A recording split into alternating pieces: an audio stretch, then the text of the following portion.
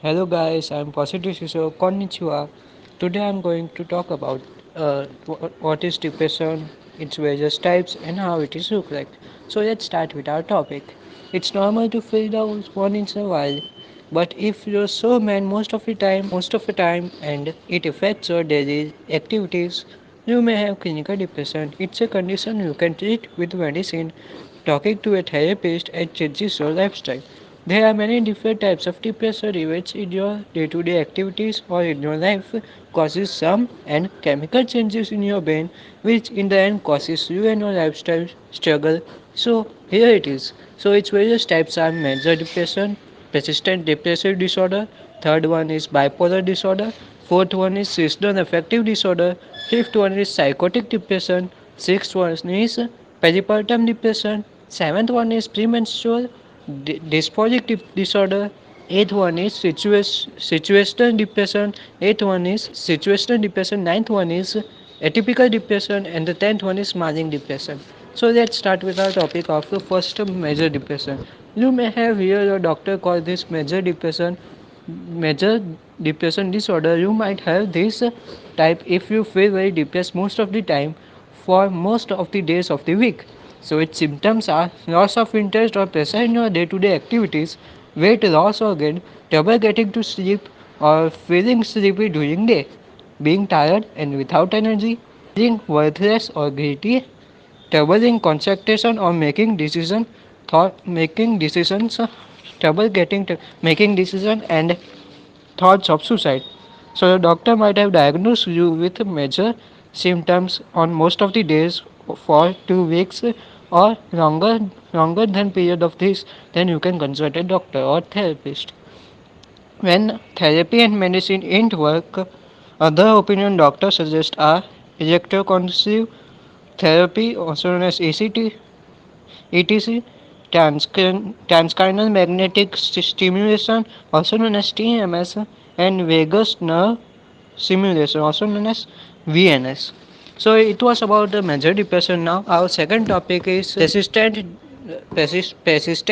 depressive disorder. If you have depression that lasts for 2 years or more, then it's called persistent depressive disorder. This is also known as dysthymia. Its symptoms are change in your appetite, sleep too much, lack of energy or lack of energy, low self-esteem, trouble making decisions, and feeling hopeless. So this was about persistent depressive disorder.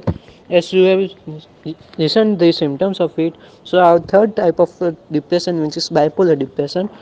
Someone with bipolar depression, which is also sometimes called manic depression, has mood changes that range from extremes of high energy.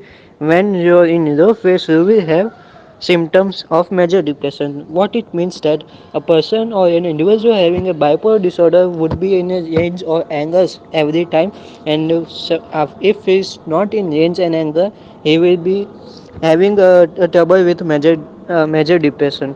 So its medication can help bring your mood swing under control, whether you're, you're in high or low period. It's medicine if your doctor or a therapist around. It is still cruel. So by the way, that's it was about the bipolar disorder. Let's talk about our fourth type of depression, which is uh, seasonal, which is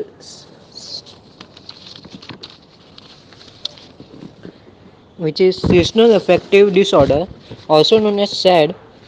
SAD is a part of major depression that most often happens during the winter months when the day grows short and you will get less sunlight. It typically goes away in spring and summer.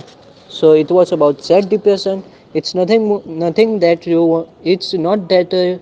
What can I say? It's not that very little to your body or your mind. So our fifth one is psychotic depression.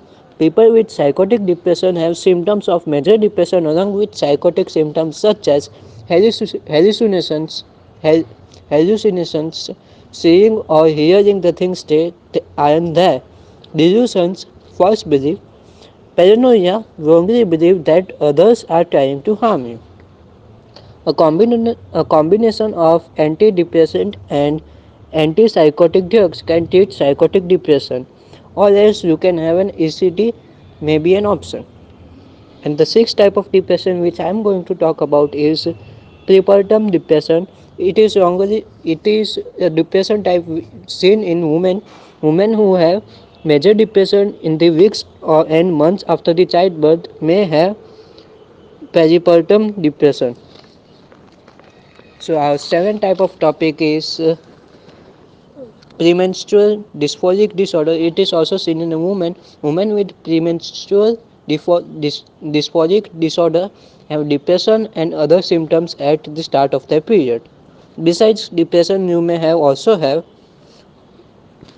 mood swings, irritability, anxiety, trouble on concentrating, changing in your sleeping habits, and feelings of being overwhelmed.